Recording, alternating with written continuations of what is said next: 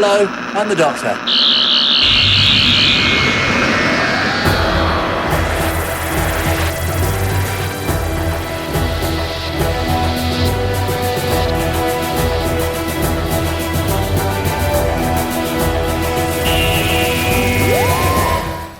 Hey Who fans, welcome to the Big Blue Box podcast. My name's Gary. My name's Adam. And this is episode 26.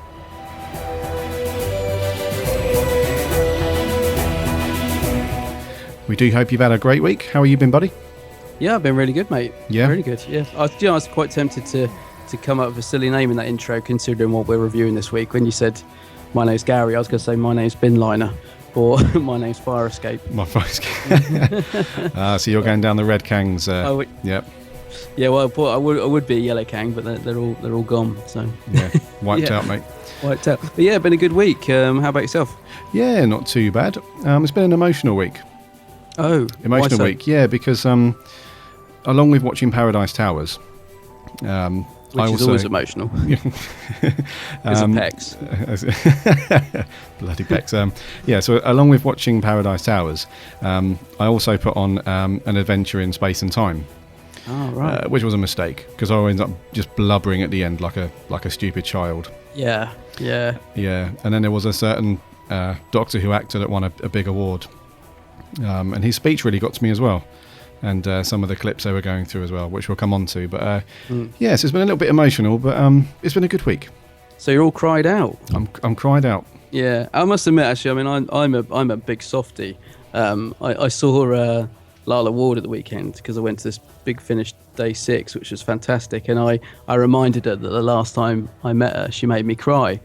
She was like, What did I do? And I said, no, I'm just too emotional, because she did like a cool little video clip for Geeks Handbag, and it was really good. She didn't just sort of say hello, and she put a lot of effort into it, and it really got to me. Aww. So I'm a big softie, mate. Anything makes me go. And I was watching the speech last night. I was gone before Tennant even got up. Oh, really? And even watching the clips, I was going, yeah. Aww, so, mate. Yeah, I'm not one to talk. But It was emotional, yeah.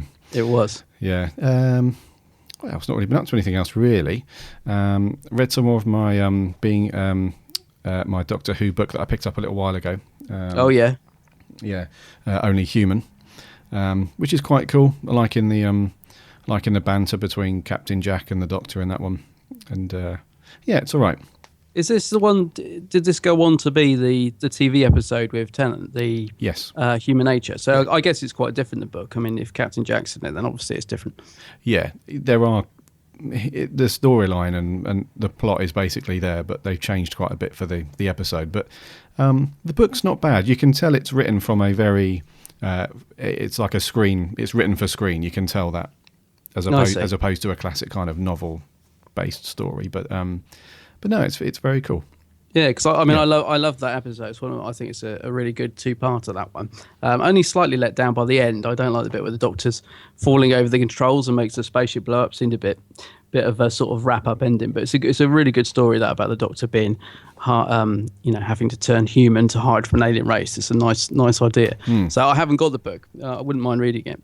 Yeah, I think it was reissued, wasn't it? Is that the one you've got? It was like redone last year or the year before. Yeah, they did a story, didn't they? They picked one for each Doctor, and That's right. The books are they're like black and white. That's right. I remember. I remember the series. Yeah, that's it. Yeah, they were good. I did get a couple of them, actually, but I didn't manage to pick that one up. But I will. It's probably come down in price now as well. So yeah. But apart from that, not much. I'm still buzzing. I mean, I had an absolutely wicked day at Big Finish 6. Tell us about it. Excuse me. We are in for an absolute treat when we go to Day of the Doctors, I tell you.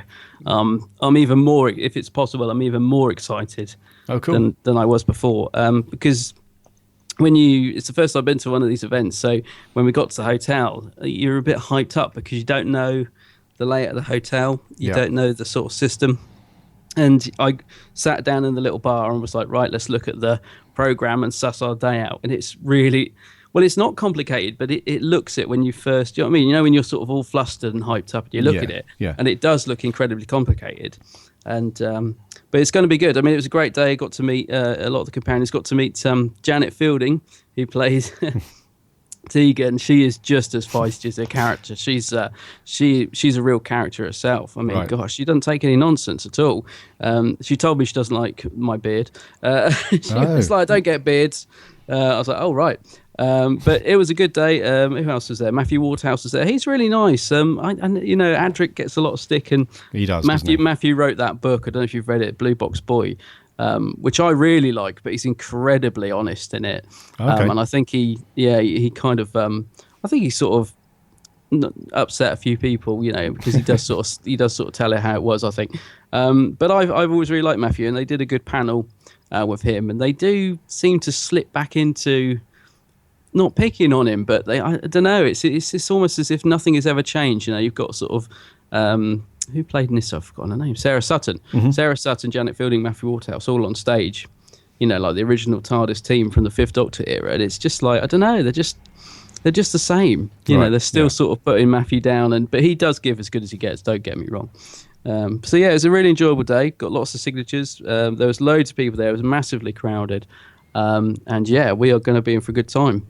I'll tell you. Day of the Doctors. Yeah. Can't wait for it to come round.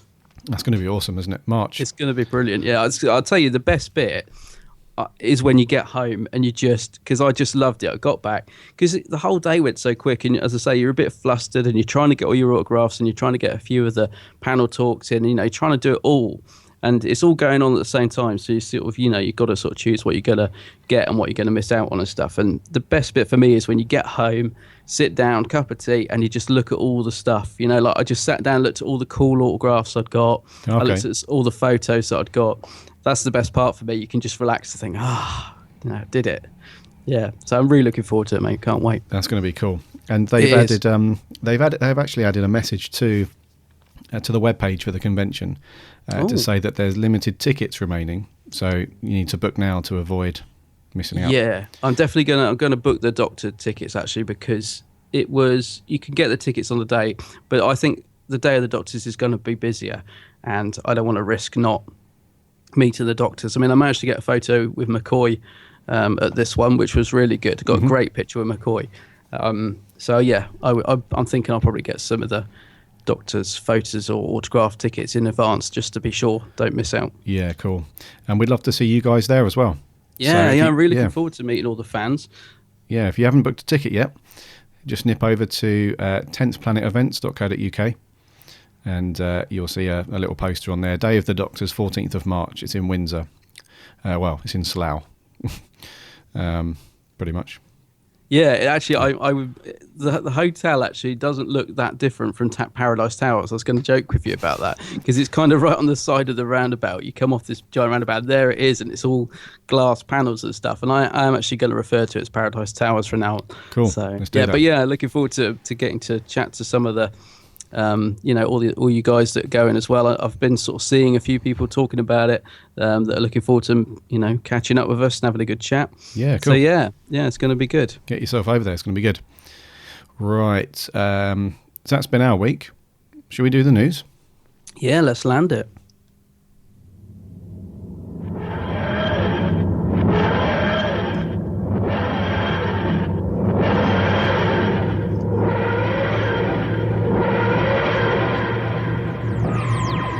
Little bit to the left. And we're good. Excellent. We're good. I was going to say I wanted you to give me a time in the Rani landing, but then I remembered you haven't watched that treat yet. Not yet. But it's a bizarre one. The TARDIS lands in a rainbow.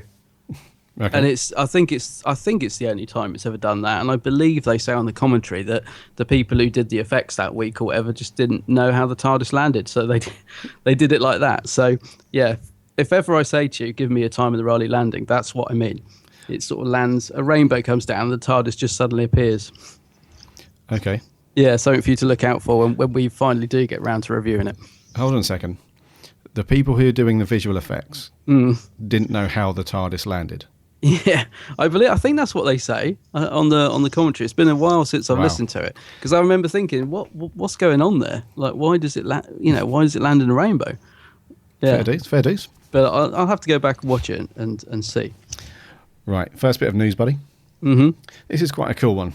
There's been a lot of chatter about this over the last week or so. Yeah. Or last few weeks. And it involves the streaming service Netflix. And there's been so much chatter recently about a lot of BBC programmes being dropped. Yeah. And obviously, as a part of that would be Doctor Who, which would include all of the new stuff from Eccleston through to, I think they do it up to series 7 or 8 even. And I know that the McGann movie's on there as well. And they did go through a phase of having some of the classic stuff. I'm not sure if that's still on there, but yeah. Anyway, there was a lot of talk that the contract wasn't going to be renewed and it was going to be dropped. But Netflix have come back and made a statement to say that it will not be going from Netflix.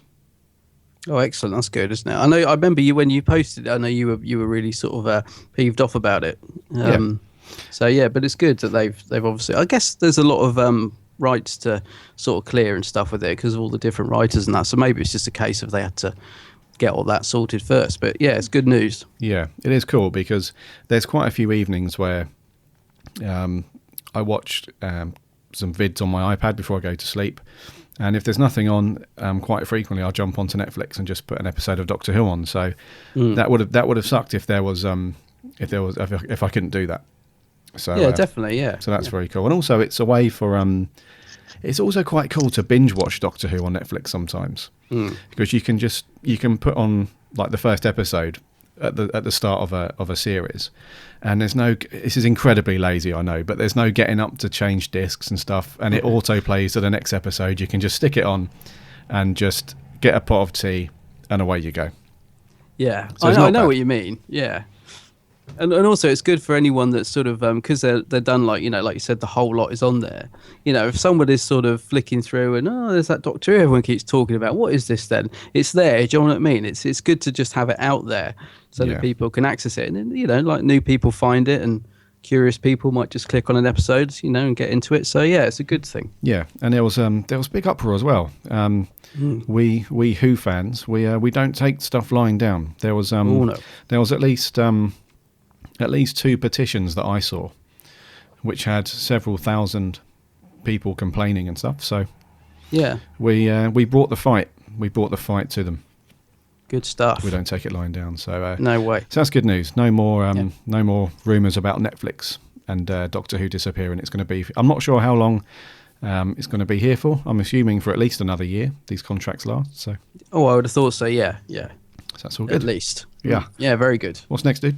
So, yeah, the next bit of news, this is a curious one, isn't it? Russell T. Davies says he's interested in writing a Doctor Who movie. And this is, I find this quite strange considering what he's been saying recently about how he wasn't interested in coming back to Doctor Who. And, he's concentrating on other things now. It was, obviously proud of what he did, but it was over and done with. So I'm quite surprised to hear him saying this, to be honest. I was really, really confused by this one.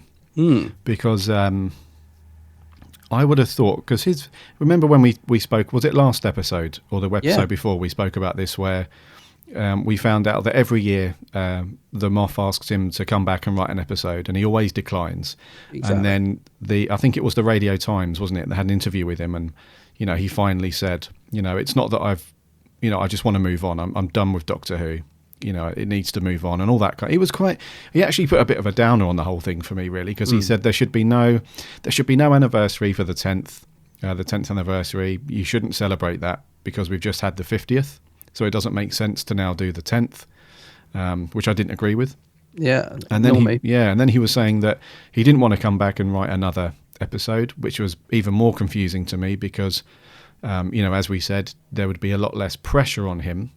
Because all he's doing is writing a single episode. It's not, it pales in comparison to being showrunner and having to manage all of that stuff. So, but then, like you say, he's come back now and said that if there was the possibility of a Doctor Who movie, he'd be up for it, which doesn't make sense to me because if you speak to any writers who have written for movies, it's a big, big job. A lot of work involved, and there's, I would have thought there'd be a lot more pressure and a lot more work involved in writing a movie script than there would be for a half an hour, 45-minute TV show. Yeah, so it doesn't compute with me. No, I'm the same, and it's sort of it not belittles the TV show, but why is the movie? Because he says that he's quoted as saying yes, please, if we can get the lawyers got. He's like, he seems to be so up for it in the quote. Yeah, and it's so opposite to what he was saying about the TV series, which kind of makes me think, well, hang on, what's the difference between TV series and writing for the movie? What in terms of wanting to do it. I just don't understand the sort of thinking behind it. No. It's almost like saying, no, the TV show is not good enough for me. I don't want to write that. But, if you gave me a movie, yes. And, without putting words in Russell's mouth, and I love Russell T Davies, don't get it wrong. I think he's, I really do like Russell, but I don't get his thinking behind it. And it kind of makes me think, what's wrong with the TV show? Why wouldn't you write for it, but you do a movie? I don't get it at all. Yeah, it is weird because he does actually say, I think it should be in cinemas immediately. Imagine queuing up at the cinema to see a Doctor Who film. And he's like, would you write it? He's like, yes, please. If we can get lawyers and contracts, I would do it because I think there's a big leap to be made. And I kind of, I'm kind of at odds with this really, and I completely agree with what you said. I too really love Russell T Davies, not just for Doctor Who, but I'm a fan of a lot of the things that he's written. I think he's very good, and it doesn't make sense to me. Well, for the reasons I've just spoken about, but also because, especially in the last 2, possibly 3 series of Doctor Who, it has been really, really cinematic. And really, every episode looks like a short film to me. So the production, the way in which Doctor Who looks and its production values and stuff, they are like very small films in themselves. So, surely that should be enough to entice him back to write, a really decent single episode for it. Yeah. And also, Doctor Who is already in the cinemas. We had the 50th. Deep breath. So Doctor Who is not like it's never been in a cinema. It's just not been a feature-length written movie. But does it need to be that? I'm not sure how I'd feel about having another Doctor Who movie at the moment, because you always run into continuity problems when you do like a movie, because it's so hard. It's like it's almost like a timey-wimey thing, isn't it? It's like a fixed moment in time. And it's very hard to reference that because people start arguing about what's canon and what's not canon, and it gets a bit messy. So I'm not sure about this, mate. I'm not really sure why he said that. Based on what he said last week.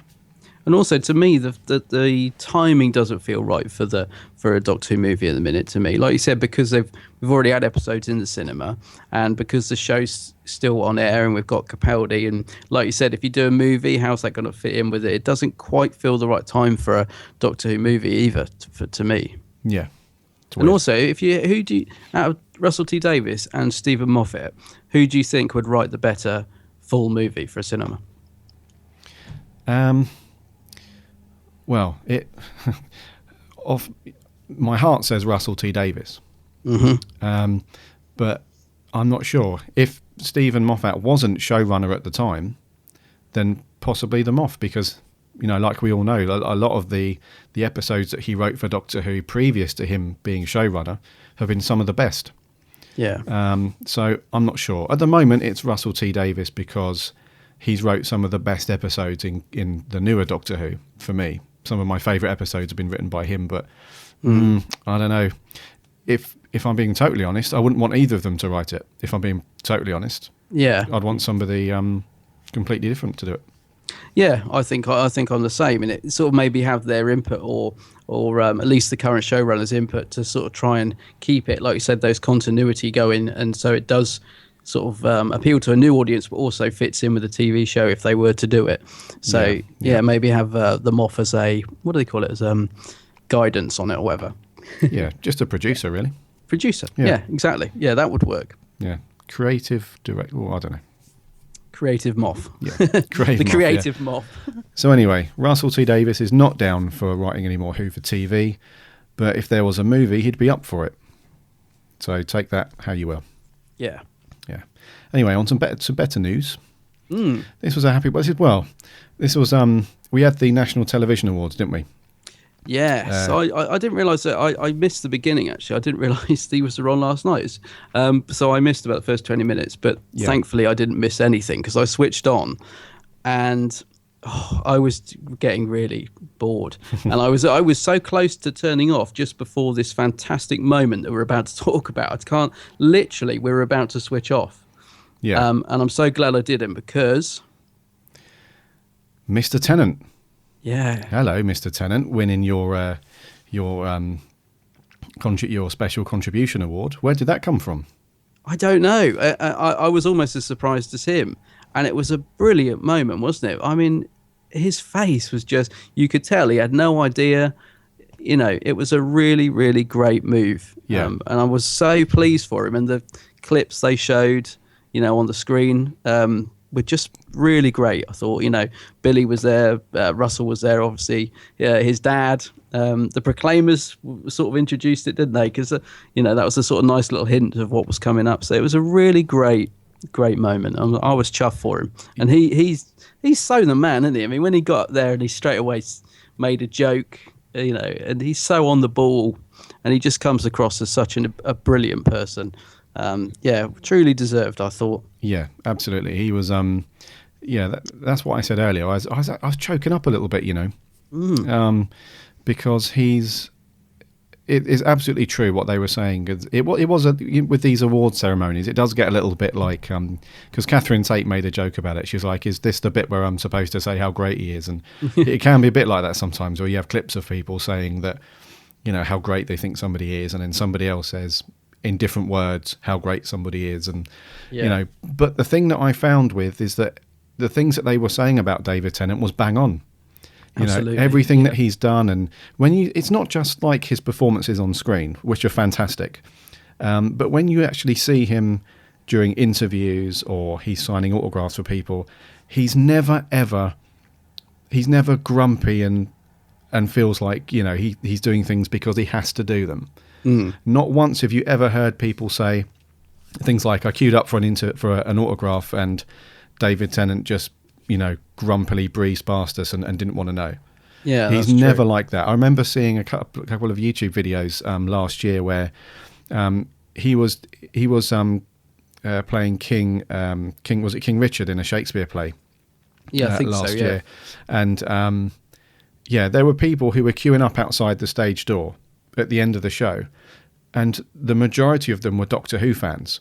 Now, obviously, he's not there for Doctor Who. That's not part of why he was there. It was something completely different. However, he did mingle outside with the fans afterwards and took photos with them and signed autographs. And there were people there with like TARDIS T-shirts on and you know, Fourth Doctor scarves and everything. And he was completely cool with it. You know, he was absolutely fine. And I don't think you would get that from a lot of actors who have been involved in the show. Oh no, definitely not. I mean, I've experienced it myself, and you know, you're absolutely right. It makes such a difference when somebody is that, you know, generous and seems to just embrace it rather than sort of try and go against it. Like you said, you know, if they're in the theatre, they want people to come see the show for the show, you know. And he just, like you said, I mean, I've seen a couple of videos and photos of we're in the Metro and the Standard of, you know, the massive queues that are waiting for him outside, you know.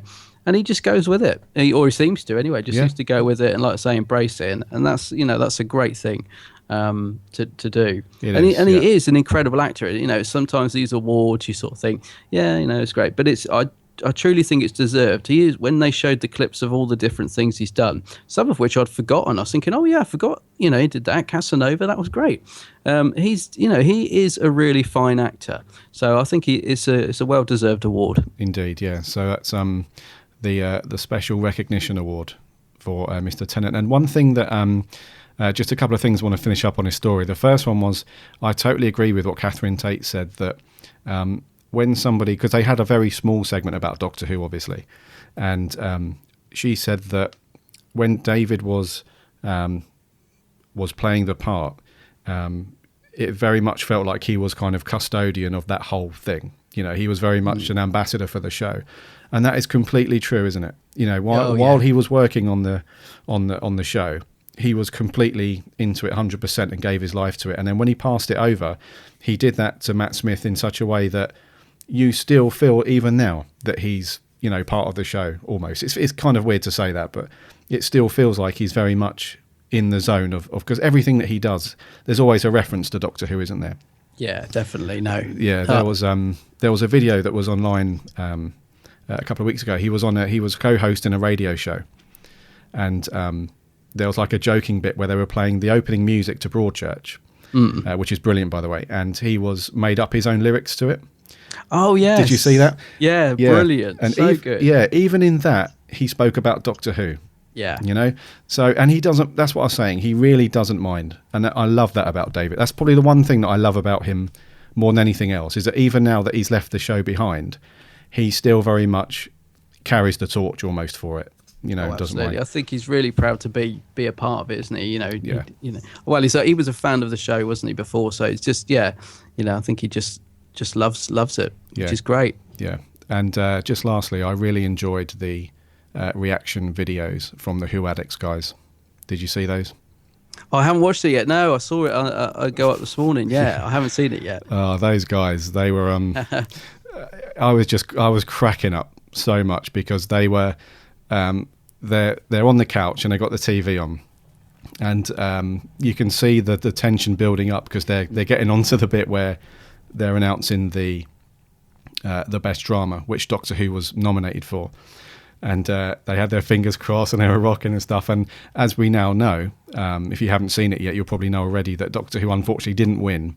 That award went to Downton Abbey, but they went ballistic. I'm going to watch as soon as we finish recording this. I'm going to go straight on YouTube and watch it. Yeah, because I love the Who Addicts guys, as you know. So yeah, I can just imagine their reaction as well. Yeah, so glad they filmed it. It was really, it was a great video, guys. It was so funny, and I've watched it a few times because, if you haven't, just do a search on YouTube for Who Addicts reviews, and it's their latest videos. They're really funny. Good stuff, guys. Yeah, and we need cheering up after the fact it didn't win. I mean, beaten by Downton Abbey. Come on.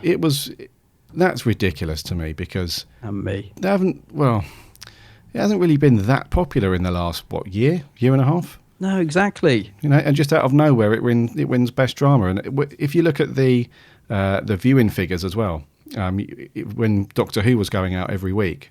And then you look at the viewing figures, Doctor Who was always just above Downton Abbey. So there was more people, into Who.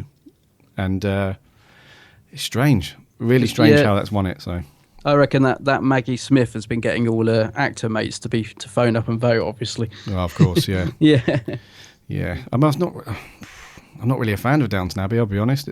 I find it quite boring. So I'm going to say, actually, I've only ever watched about one episode. I don't think I made it all the way through that. So I don't like to slag off a show I haven't seen because I haven't seen it. But yeah, it's never grabbed my interest at all. Yeah. Anyway. Yeah, but anyway. Yeah, we didn't win that, but good on you. But who was there to be, if we had a one, who was there to collect the award? Because as I say, I missed the beginning of the show. Was there anyone from Who there that we know?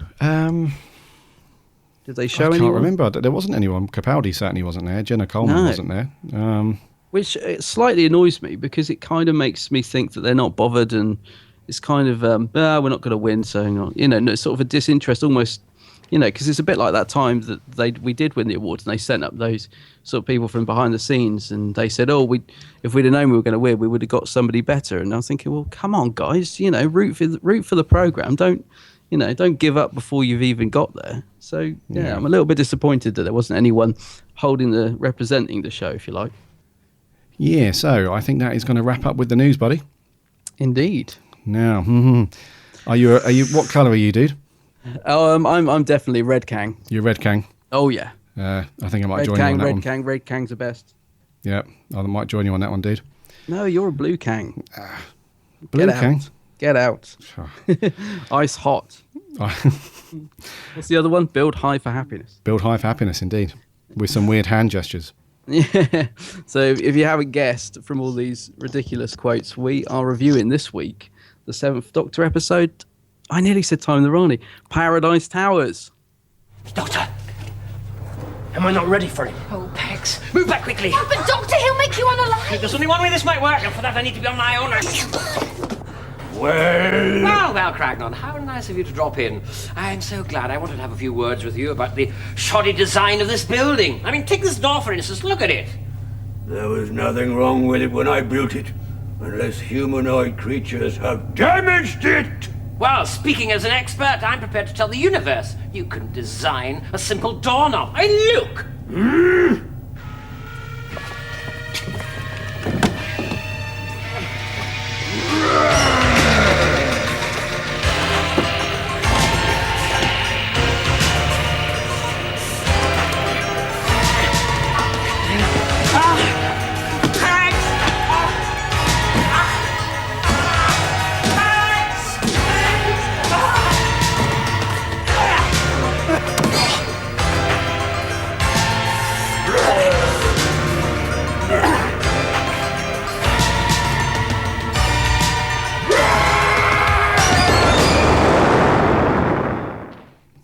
Poor Pex. Explosive stuff. Yeah. Now, correct me if I'm wrong. Is this the second McCoy story you've watched? The only two you've watched are Remembrance and this one. Is that right? Yes, you are correct. Yeah. Yes. Yeah. So, was it ice hot, or are you going to take it to the cleaners? I'm loving all We've these been saving quotes, that mate, one up. I will reveal more as we go through. Okay. I don't want to go straight in because I think my opinion might change slightly as we're talking about it. But okay. I'm on the fence right now. Right. I'll be honest with you, buddy. But I know that you quite like this one. Well, it's a sort of I have a sort of nostalgic fondness for the McCoy era, especially. Well, I like the latest series that he did, but the first sort of McCoy series, is it's full of stories that divide opinion massively, and I really particularly like the first sort of three. So I do like it, but it's not one of my favourites. I mean, I love Time of the Rani, which is generally hated. I like Delta and the Bannermen, the following story. This one kind of sits in the middle of those two, so I do like it. But I was rewatching it yesterday, and it's different when you're viewing it through a sort of critical eye, if you know what I mean. Mm-hmm. I found myself really cringing at certain bits. Whereas, when you're sort of watching something, I just sit and enjoy it. And it is an episode that I enjoy, but I also, watching it from a critical point of view yesterday, found a lot of fault with it.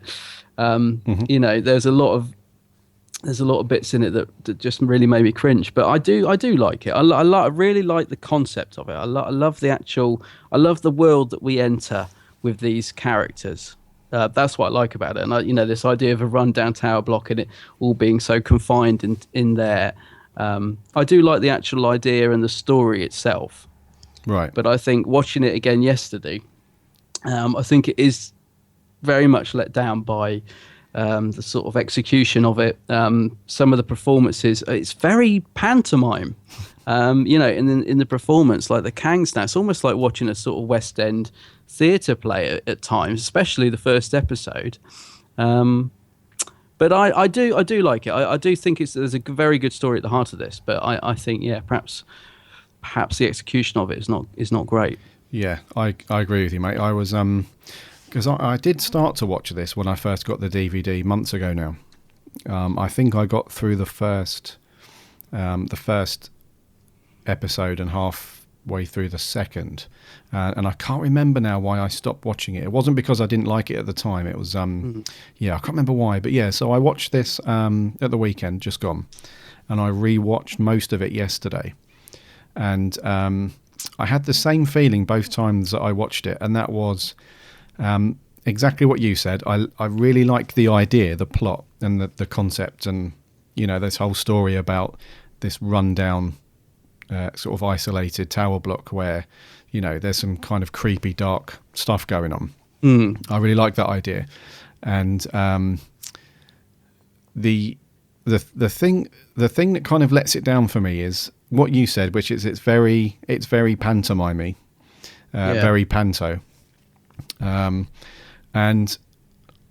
I was the same as you, probably a bit more. I was cringing probably throughout most of the story at things like the sets, the costumes, a lot of the acting. A lot of it just made me think like, what am I doing?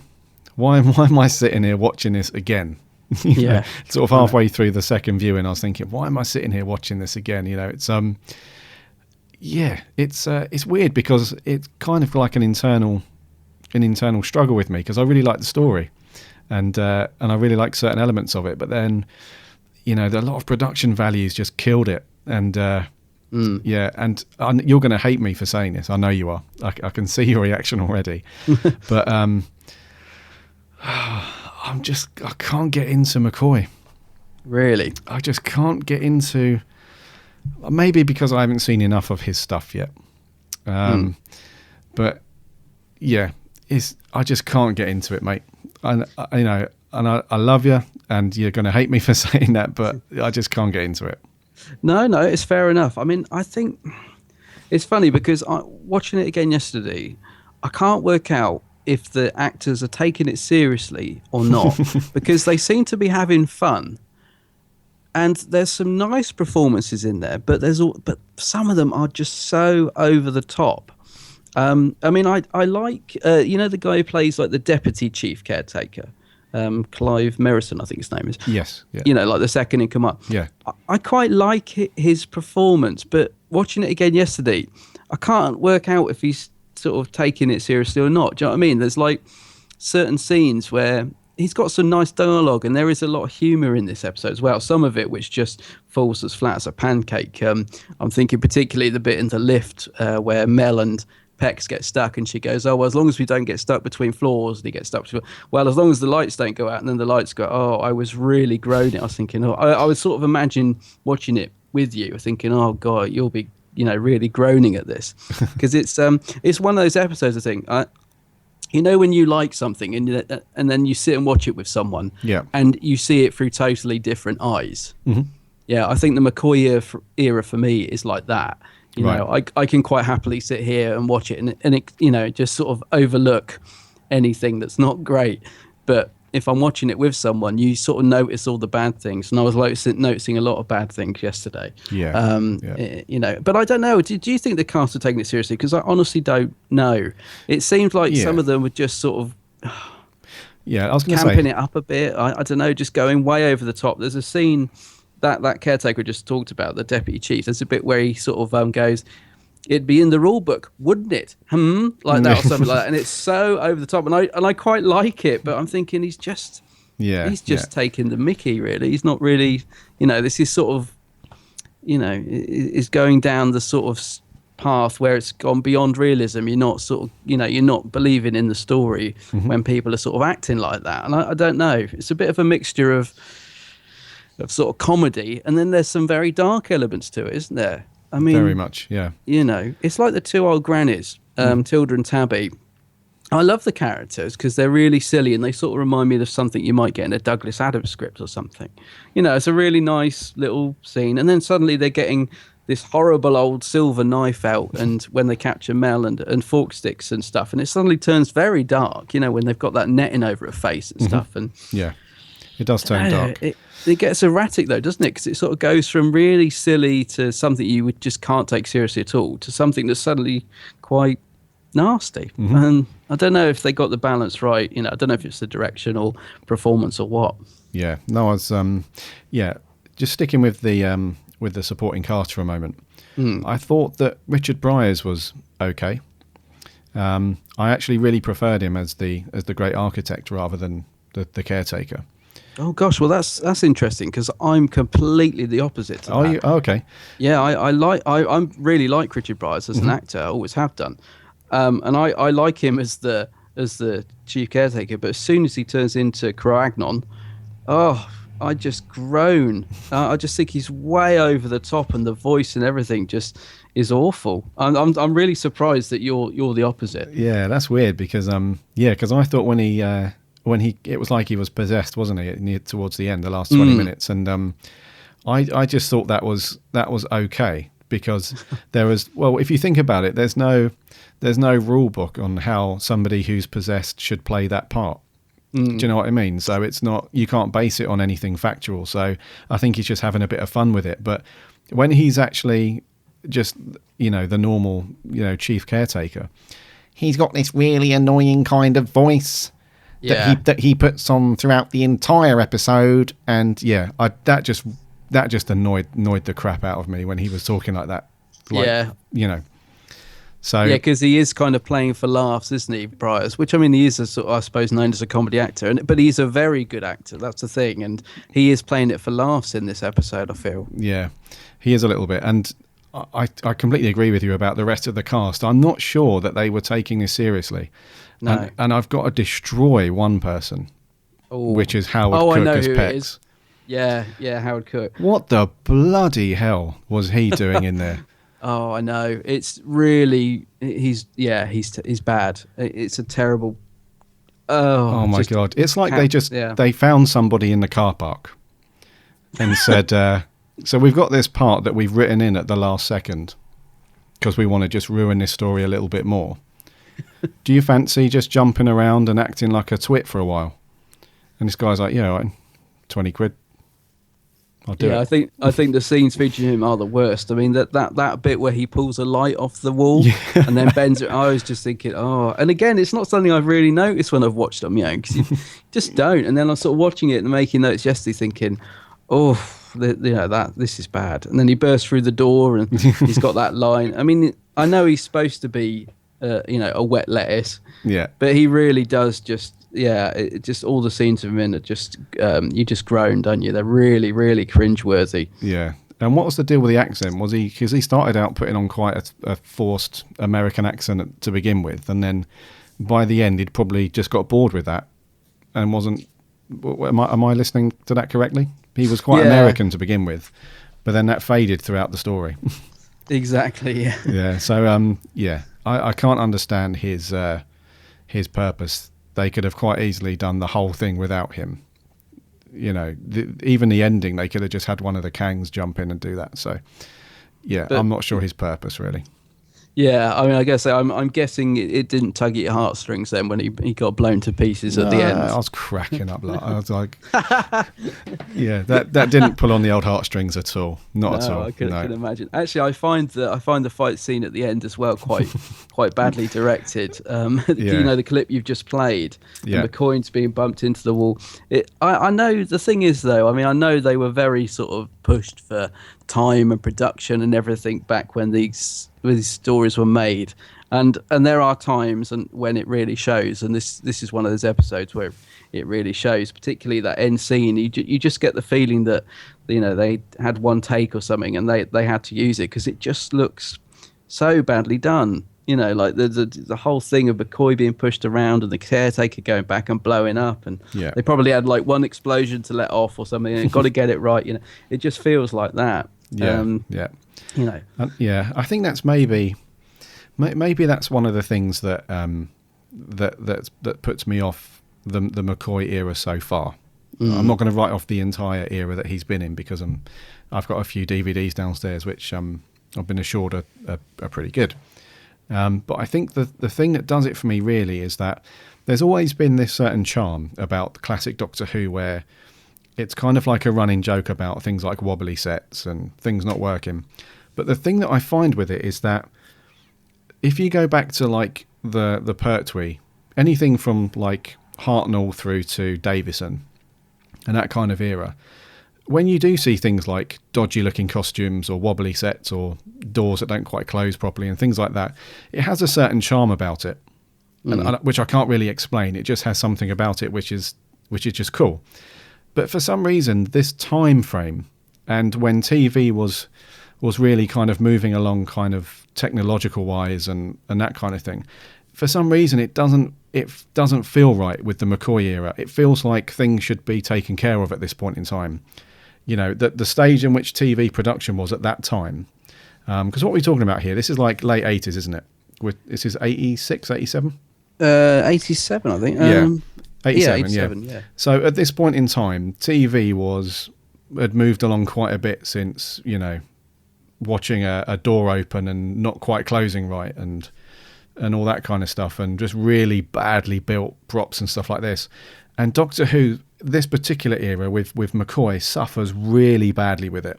And it's something that I just can't move forward from. When you in this particular story, And I saw your screenshot when you sent it to me on Twitter yesterday, because you were watching it, weren't you? Yeah. There was that bit where the chief caretaker's down in the basement, and hungry. There's this. It's just like it's like Little Shop of Horrors, isn't it? It's like two light bulbs, isn't it? It's like two strip And lights some made smoke. in that. I assume they're meant to look like eyes. Yeah. Are they? And it's just it's gone, to me anyway. It gone from a point where Doctor Who had this certain charm about it, and through no fault of its own, because they didn't have enough money and time. And I totally get that. I totally understand, but it just comes across as very much Blue Petery, if you know what I mean. I do know what you mean. Yeah, It's funny. I mean, you mentioned that the thing in the basement, these two sort of lighting strips and smoke and that. I mean, I as I say, I've got a sort of. I think the thing I like about it is because there is a nostalgic side to it. I remember watching this as a kid, and I really quite enjoyed it. I think that's why I enjoy it now. It takes me back. But even back then, I can remember the first time I saw those eyes. And my heart sinking. I don't know how old I would have been actually, but I just remember sort of thinking, "Oh, that's dreadful." Oh, really? Like that. Yeah, I do. Even back then, I remember thinking, "Oh gosh, it seems lazy. It's just like a sort of bug-eyed monster, but really, like they could have done something better than that. Yeah. In fact, if anything, it would have been better to have shown nothing and just had the voice. Yes, Just had something in the basement. You didn't. But the fact that we've got these sort of two terrible eyes. But yeah, even back when I first watched it, I remember thinking, "Oh, that's bad." But I liked the cleaners as a kid, the robots. But looking at them now, I mean, they couldn't hurt anyone, could they? They're the most cumbersome killing machine you could possibly get. I mean, the fact they move so slowly, their arm can just about raise up with this saw. I mean, they are a bit of a joke. But I like the sort of design of them. I imagine if they were done now, they'd probably be quite good, but they don't exactly, McCoy almost has to hold the hand to his neck, doesn't he, when he's getting strangled by it? Well, he does, yeah. He does hold it, he does hold it, and it's so obvious. And I think a lot of it's sort of down to the direction as well. I mean, like I said, if you hadn't shown anything in the basement, you could have got away with it. It could have been much more creepy and stuff. And it would have been better to have just the voice, or maybe because remember the Tom Baker episode, Brain of Morbius. Oh, great episode, yeah. Yeah, you didn't actually see the brain, did you? For No. a while, all you saw was like a green light and this voice, and it was a lot more creepy, a lot creepier, and it was a lot more suspenseful to do it that way. And they should have just taken that approach, really, just have this kind of this almost like a great intelligence kind of thing, really. It's funny you say about the Blue Peter thing as well, because it's sometimes hard to sort of track how we go. If you think back to a great episode like Brain at Morbius, and then you watch Paradise Towers, you sort of think, well, how have we gone from that to this? It's difficult to sort of compute that they're sort of the same, story. And I guess a lot of it is just because, naturally as the show goes on, and I mean, this is quite some time later, and the budget and everything, but yeah, you still sort of think, like you said, there are certain ways of filming things and shooting things that you can, even if you haven't got a budget, you can make use of. And you'd have thought by now they would have learned that a bit better. So maybe it's timing, I don't know. I think the direction as well, and stuff like that, because there's only so many times you can watch people legging it down a corridor. Because I found that because this is made up of 4 parts, isn't it? And I found that in each part there was at least a third of every episode dedicated to just people running around corridors, either shouting after somebody or trying to run away from these really fast cleaners. Yeah, that's right. So What did you think of the music in it? I thought the music was okay, actually. Yeah, because I quite like it. I was watching one of the extras actually afterwards that's talking about this alternative score. Okay. You can watch it with apparently this guy was commissioned to do a score, and then they didn't use it. They changed it at the last minute. And it's it reminds me of the old Doctor Who music. It actually adds quite a sort of sinister edge to the scenes that are good. Okay. But right. I don't know. There's something about the 80s McCoy music that I kind of like. It's very much of its time. I mean, it's got that orchestra hit sound that's just way overused, every 2 seconds. But I think it kind of works quite well. And one of the scenes I like although it's a ridiculous scene. I mean, it's absolutely ridiculous, but I kind of like it because I like the way it's done. It's when McCoy escapes by reading out the rule book and gets them to stand up and find I mean, it's such as if they would do that, but there's something charming about that scene, and it goes on for ages. Like, it's very unusual to get such a long scene with this nice bit of music in the background, you know, and it's nicely performed, even though it's so stupid. I just really like that little scene, but I like the music in the background as well. I think it just all works really well. It's quite cool. I didn't mind the music, actually. It's got like a kind of 80s like electronic drum kind of synth down to it. It's pretty cool. So let's talk about McCoy quickly. Yes. So you're a fan of McCoy. Let's agree on that. Yes, I like McCoy. Yep. I like McCoy's Doctor. Yeah, I think I need to watch a bit more of the McCoy stuff, mate, because right now I'm really struggling to like him. I mean, don't get me wrong, I like McCoy as an actor and stuff. I think he's great, but as the Doctor, I'm really struggling to get into his mojo. I'm not sure why. I just sometimes I can't understand what he's saying. He talks very fast sometimes, and he does this thing which he does every single time. Any time that there's the letter R, he rolls it in his script. He just rolls the crap out of it. You know, and you know, I can see why people would like that. You know, I can see the appeal. You know, this is a bit zany. It's a little bit different. I totally get that. But it kind of grates on me after I've heard it like 56 times. Yeah. In 20 minutes or so. And also I also struggle to there is certain things that I do like about McCoy, and that is I really like his thinky face.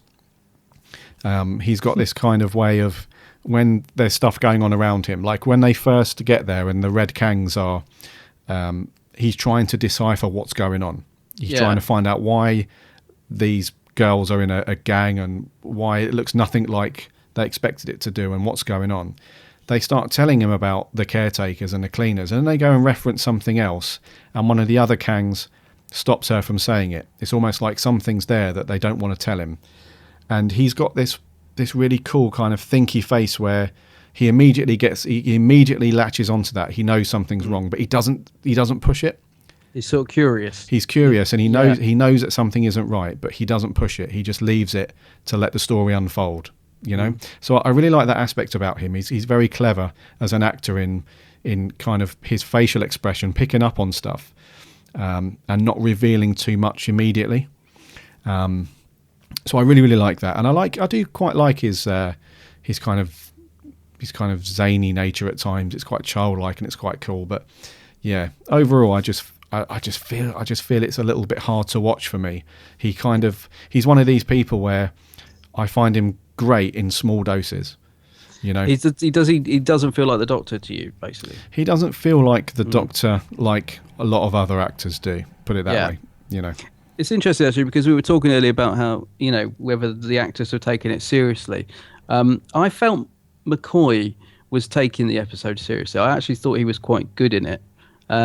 He does progress. I mean, that's the thing. I think he said this himself, that he didn't really know what he was sort of doing in his first series, and then, you know, he sort of kind of really got into the part as it went on, and I think he was really hitting his stride by the third series, and then it was cancelled. I think if we'd have had a fourth series with McCoy, he was really, really getting into it, and he developed his Doctor quite a lot by the end of the third series, as you'll see. Yeah. But I agree. I mean, this is only his second story. I don't know where it came in the production block, so I don't know how, you know, whether it was the second story to be recorded or whatever. But yeah, I think considering it's such an early episode, I actually thought he was quite good in it. He seemed to be taking it seriously, even when others around him, you know, were sort of really going OTT. So I quite enjoyed him in the story. But I do think he progresses. I was wondering if you could see a bit of Troughton in him with this sort of clown-like character or not. Yeah, a little bit. Just not the charm, really. Yeah. I don't know.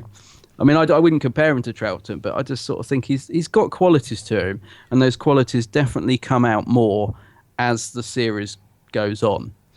which I think you'll see. I think when you sort of get to some of the later McCoy ones, he gets a lot darker. It always makes me laugh. They put him in a dark brown jacket in the third series to represent the fact the Doctor's darker, which I always think that was just not necessary. No, we get it. He's gone darker. You don't need to put him in a dark jacket. But I think he does progress, and I do like McCoy. There's something about him. I think he works better with Ace. I think the pairing of Seven and Ace are really good. Right. That's a popular opinion, actually, isn't it? Yeah. I think they work really well. I don't know, with Bonnie Langford as Mel. I don't know. They work okay, but they don't seem to gel. They're sort of always getting separated and doing their own thing. And I don't know. There's not much chemistry between the Doctor and Mel, I don't think. I mean, what did you think of Bonnie Langford in it? Because obviously she gets quite a bit of stick. And yeah, I can see why. She's go on. Well, I'd guess she was just sort of the stereotypical screamer. She just literally screams all the time. I mean, I don't mind Bonnie, and she's. I mean, I quite like her on the Big Finish audios because again, they've actually done so with the character. But in the TV series, and I think she felt this, she was not really given much else to do apart from run around, get captured, and scream. Which is sort of going back in time a bit. I think she felt even then that it was a bit cliche. Yeah, and I also feel that if I was working on the show at the time, I probably wouldn't have cast her or somebody like her because I found her to be very much a children's TV actor. She was very don't know, just the way that she acts is very. You can imagine her on some CBBC program. She didn't really take to well, in my opinion, I couldn't really take her that seriously. She was very I don't know. I'm not really sure the word I'm looking for. Not immature and not childlike, but there was something about her that I could just imagine her doing like really well on kids' TV, which she did for a while. But yeah, she was all right. I didn't really have too many complaints, about her character. She was just, she was all right. Yeah, no, I absolutely know what you mean. Yeah, I think she suited a certain type of program, and it was a very sort of light-hearted program. And she's just at that level, and I don't really have a problem with the character of Mel. Some people really hate it, some people love it. I just think she's fine, but I like the pairing of Seven and Ace. I think they work particularly well together, whereas. Yeah, Mel sort of didn't really. I mean, all she wanted to do was get to the swimming pool, and this also makes you laugh. The whole reason they go there is just to go to a swimming pool. And thinking, Yeah, and what was that thing in the pool? What? Oh yeah. What the bloody hell was that about? It wasn't a. I can't understand that thing as a plot device in any way. I don't understand its relevance. No, I mean, I think it was just. Because the architect had sort of put all these deadly things scattered around the tower block to kill everyone. That was just another one of his little devices. I love the design of that thing. I think it's really cool. But yeah, I mean, there's no reason for it other than to add an extra 5 minutes of action, if you like, into the story. That's the other thing that wasn't particularly clear, though. I mean, what? So was the architect just a bit of an eccentric? Did he built things for people to live in? But he didn't want people living in them. He wanted to kill them, or what? I didn't quite. Even though I've watched this quite a few times, still haven't quite got my head around. What? Yeah. Was he just an eccentric architect, and he just wanted to kill people that lived in his buildings, or what? I didn't quite get it. Yeah, that's what I gathered as well. He was just a bit of a nut job, who built these cool things, but didn't really want anyone else living in them. He just wanted, to have these like killing machines so he could to just have a bit of fun, really. There wasn't anything too serious with his motives that I could gather. It was a bit whimsical because it's explained really quickly when they're in the swimming pool scene, isn't it? And I had to sort of went back to see if I could get my head around it a bit better, and I couldn't. No, me either. It's kind of just sort of not brushed over, but it's kind of just explained very quickly in a 2-second scene where they all meet up around the pool at the end, isn't it? It's like there's something about he also designed Miracle City or something, a cutting edge development, blah blah blah. That's right. But he actually doesn't like people populating his buildings, and it's like, oh, it seems quite an odd thing, and I suppose it's not really that important. But it had a bit of a cryptic ending as well, because when the TARDIS takes off, it reveals some graffiti, doesn't it, that says Pex lives. Yeah. I don't know. That's good to know. So he could actually come back in the new series. Can you imagine Series 9, Capaldi and Pex team up? No, I can't imagine. No, I don't even want to imagine that. No. Bloody hell. Yeah. Right. Who did that graffiti as well? I mean, who got in between the anyway? Yeah. So what are you gonna rate this one? Rate this one. I'm gonna go with a 5. A 5. Yep. Fair enough. I think it's a fair rating. I'm going to go slightly higher with a 6. I wrote 6 out of 10. So I think I slightly enjoy it more because it takes me back to my childhood a bit, you know. Yeah. So yeah, but I can't sort of really go any higher than that. But yeah, 6 out of 10. Yeah. So for nostalgic reasons, really, you've put an extra point on there. I still enjoy it. I mean, I still enjoy watching it. As I say, if I'm not sort of watching it with my critical eye on, if I just sort of put it on, I can just let it go, and I quite enjoy it. But there is a lot of fault with it. I can't deny it. Yeah. So yeah, 6 out of 10 for me. 6 for you, 5 for me. Yeah. What did our lovely listeners think? Yes. Thank you very much for jumping on Facebook. Yeah. Again, we've got some really good fans. Really good listeners. We have. We put the word out. We're going to review a certain episode, and without fail and disappointment, you'll jump on there and tell us your views. So, as usual, big thanks for that. So, my good friend, Mr. Nick Gill, he jumped on and said, one of my favourites from the McCoy era, a little camp in places, but some seriously dark undertones, which I like. One of his favourites. I mean, because I like the McCoy era. Although I like this story, I wouldn't rate it as one of my favourites. But yeah, that's good. Yeah, I think he likes the kind of sinister undertones, especially with the old biddies who are basically eating people. Is that right? Yeah, I love that little bit where they cover up the rat or whatever it is. That was lovely. Yeah. I like those as well, Tilda and Tabby. I had Robert Lithgow on Facebook. He said, it's not very good, but it's also not as bad as people say it is. The ideas are pretty interesting. It's the execution that lets it down. I do agree that it is. I think it is the execution that lets it down. Yeah. Yeah, cool. Harry Westergaard. Oh, hello, Harry. He says, better than Time and the Rani by a long shot. What? No. But it still could be better. I love the design of the cleaners. McCoy is great as usual. I also like the music. The satire is good, but could have been better. I think had it been on season 25 and a bit more serious, it could be a classic. As it stands, it is a fun one. Yeah, I think he's got a good point there, because Andrew Cartmel, script editor, started to get some big input in after this story, and you can see his influence on it. And I think Harry's right. If this had been in the next series, and they had taken it a bit more seriously and made it a bit darker, I think it could have been, because it has got a good dark undertone to it. So yeah, good point, Harry. Yeah. Graham Pearson Hall, hope I'm saying that right, Graham. He says, this story is one of my favourite McCoy stories. Big smiley face. So another one that rates it as their favourite. That's interesting. Okay. Interesting. Kai. Hi, Kai. Hello, Kai. An all right story, inventive idea, but the production values didn't help to realise it to its full potential. Reasonable supporting cast, but the villain was a bit underwhelming. 6 out of 10. Yeah, so he's rated the same as me then. Yeah, 6 out of 10. Yeah. Okay. Jace Howes, he says it has moments of brilliance and a good concept, but lacks something. I would say it's my least favourite of that series. Okay. And Jonas Sorensen says, I saw it for the first time yesterday with mixed feelings.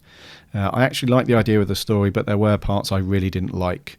The cleaner robots were not at all scary, and this half-made-up language of the Kangs should have been more childish.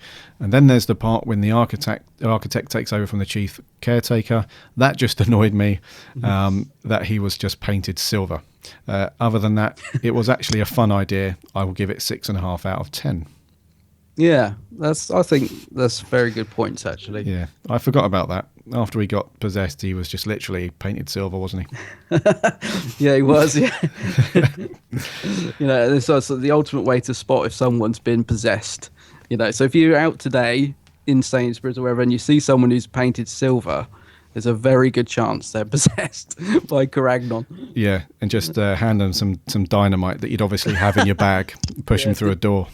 That music. But yeah. So yeah, I think there's some really good points for our listeners there. I agree with a lot of that. It's funny, I was tempted to go 6.5. I nearly put that extra half on it because I was thinking that then brings up with last week's rating of The Beast Below, but I kind of can't really give it that extra bit as much as I'd like to. Yeah, cool. So yeah, so thank you all very much. That's great. Yes, thanks. What are we doing next week, dude? Next week, you've caught me unawares because I changed the schedule yesterday. Yeah, I don't know if you've noticed. You've changed the schedule. I changed. Yeah, I meant to tell you. Sorry. This is my life, listeners. I completely forgot to tell you that I've completely changed the schedule, but there was good reasons for changing it. I just slightly mixed up. I think we're doing The Doctor's Daughter. The Doctor's Daughter. Yes, we're doing The Doctor's Daughter.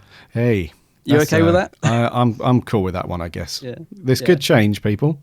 Adam could just have a look and think, nah. I won't do it. I won't make a habit of this. It's just I was sat looking at the schedule yesterday. We had a few requests in. Thank you to those that sent in requests. And I, for reasons that are too long to bore you with on the podcast, I had to change a couple of things around. And so next week's is The Doctor's Daughter, which is one I don't know how many times you've seen it. I've only ever watched it once. I've seen it twice, I think. Have you? Okay. Yep. All right. So yeah, you happy with that one? I'm happy with that one. All right, let's do that one then. So, listeners, next week, The Doctor's Daughter. Give us your thoughts on that one. Yeah. I think that's going to wrap it. Okay.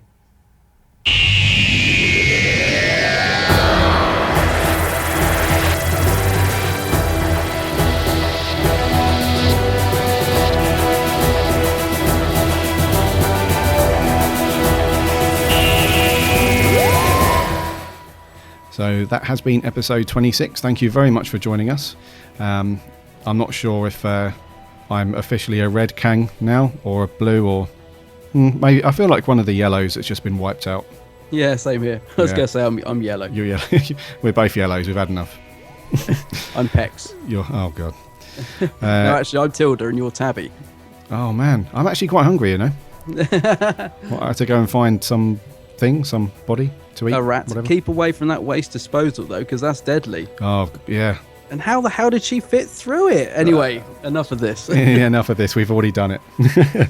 So, yeah, thank you very much for joining us. And we'd really love to hear your thoughts on the episode for review next week, The Doctor's Daughter. Just jump onto Facebook or Twitter. You can find links to those on the website, www.bigblueboxpodcast.co.uk. Give us a like or a follow, because we do some chatter on there as well. We put stuff on there. It's good to talk all things Who and anything else related to Who, really, and all that stuff. It's good to talk. It's good to talk. Also, just another little teaser. We've got another prize added to the big giveaway, which we'll reveal more details on probably in the next few weeks, I guess. Ooh. So that's going to be ace, no pun intended. Yeah. Be sure to check out Adam's channel on YouTube, The Geek's Handbag. Just do a search for it. Very, very cool. There you go. And that's going to wrap. My name's Gary. My name's Adam. Bill Hive for happiness. We will see you next time. And remember, Allons-y!